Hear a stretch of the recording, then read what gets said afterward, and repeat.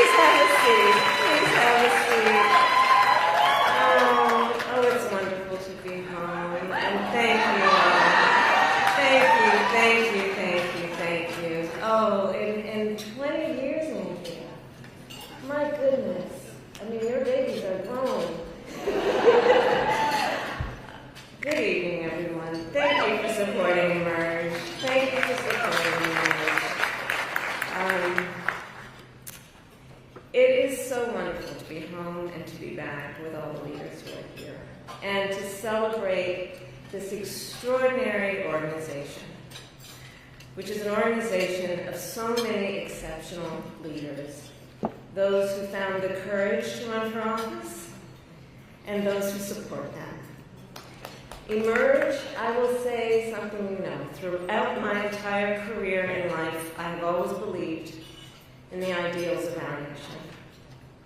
The ideals reflected in the Declaration of Independence, that all are created equal and endowed by our Creator with certain inalienable rights. Ideals advanced and affirmed by the service and sacrifice of generations of patriots. The ideals that ground the Constitution of the United States, that here in our country, power ultimately lies not with the wealthy or well-connected, but with all of us, with we the people.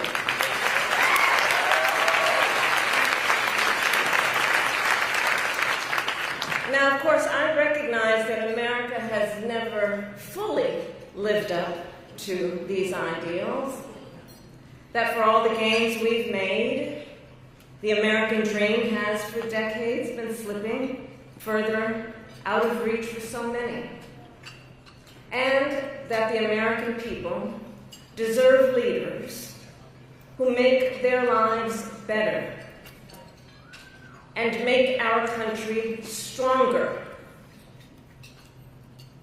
But sadly, we have seen quite the opposite over these past few months. Now, I know tonight's event happens to coincide with the 100 days after the inauguration, and I'll leave it to others to give a full accounting of what has happened so far. But I will say this. Instead of an administration working to advance America's highest ideals, we are witnessing the wholesale abandonment of those ideals.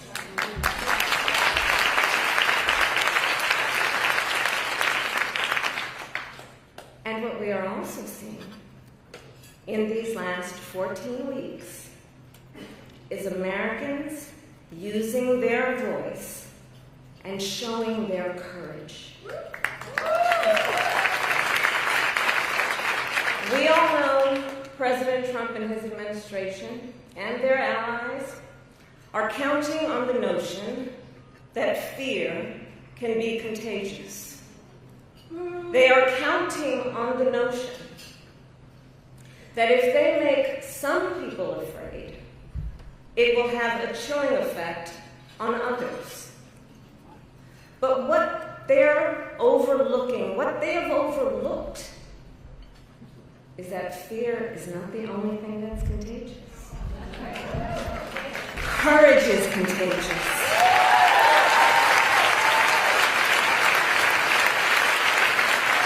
The courage of Americans who are banding together in the face of the greatest man-made economic crisis in modern presidential history.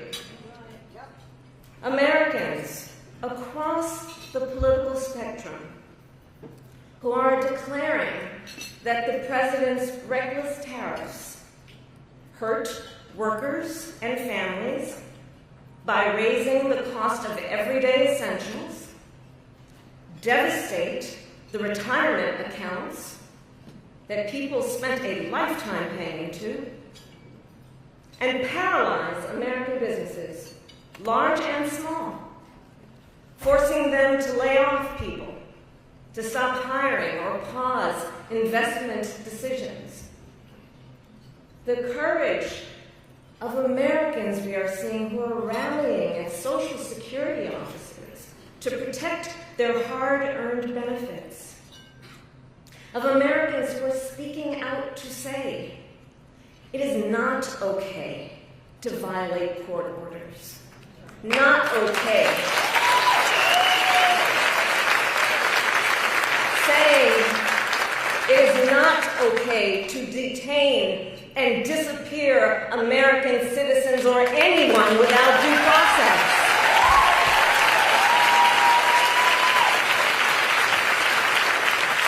The courage of judges to uphold the rule of law in the face of those who would jail them. Of universities that are defying unconstitutional demands that threaten the pursuit of truth and academic independence.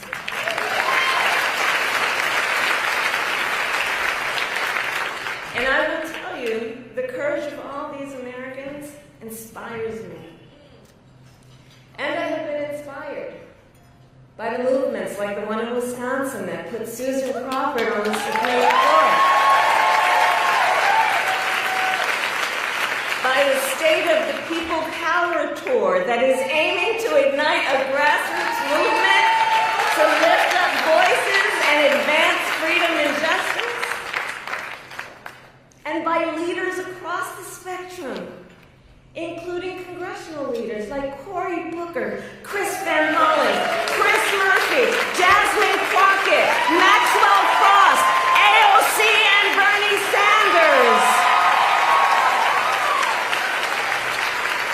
All who, in different ways, have been speaking with moral clarity about this moment. So here's one of the other things I wanted to talk about tonight, and to highlight. So look, some people are describing what's been happening in recent months as absolute chaos. And of course I understand why. And it's certainly true of those tariffs. Tariffs that, as I predicted, are clearly inviting a recession. But friends, please let us not be duped into thinking everything is chaos.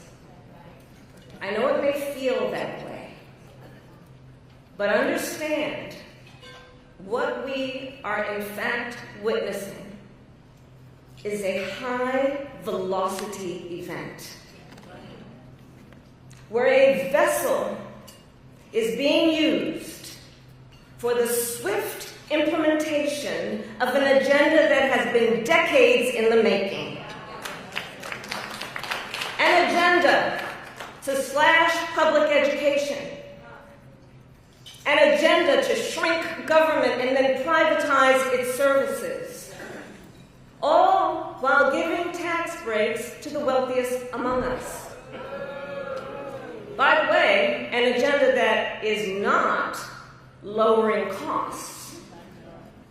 Not making life more affordable, and not what they promised. It's an agenda, a narrow, self-serving vision of America, where they punish truth tellers, favor loyalists, cash in on their power, and leave everyone to fend for themselves, all while abandoning allies and retreating from the world. And folks, what we are experiencing right now is exactly what they envisioned for America.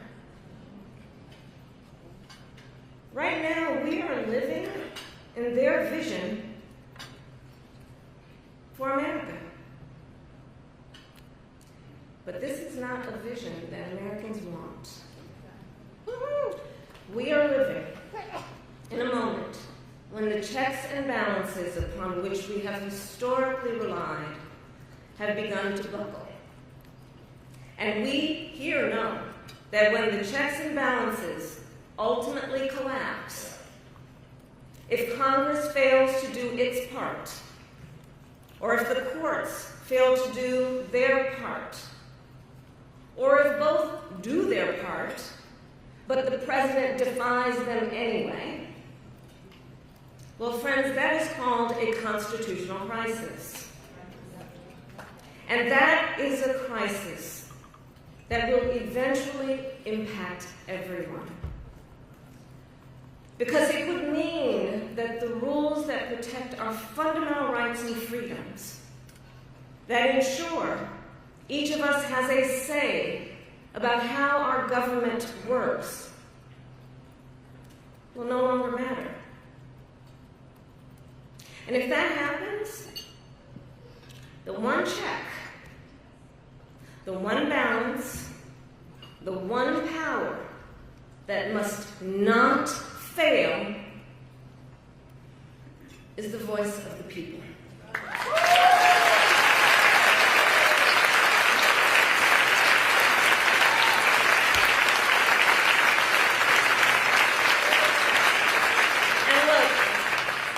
Look, right now I know a lot of folks are wondering what's going to guide us through this moment.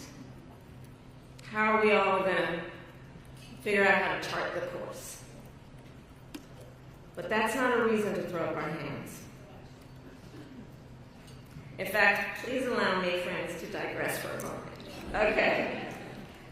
It's kind of dark in here, but I'm asking for a show of hands. Who saw that video from a couple of weeks ago? The one of the elephants at the San Diego Zoo during the earthquake?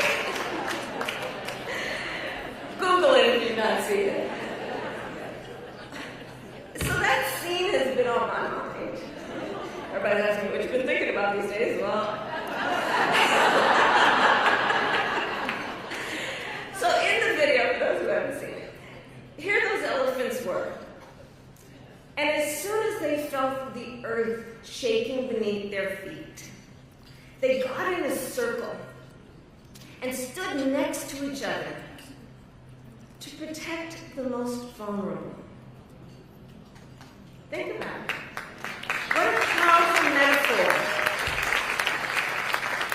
Because we know those who try to incite fear are most effective when they divide and conquer, when they separate the herd, when they try to make everyone think they are alone. But in the face of crisis, the lesson is don't scatter. The instinct has to be to immediately find and connect with each other, and to know that the circle will be strong.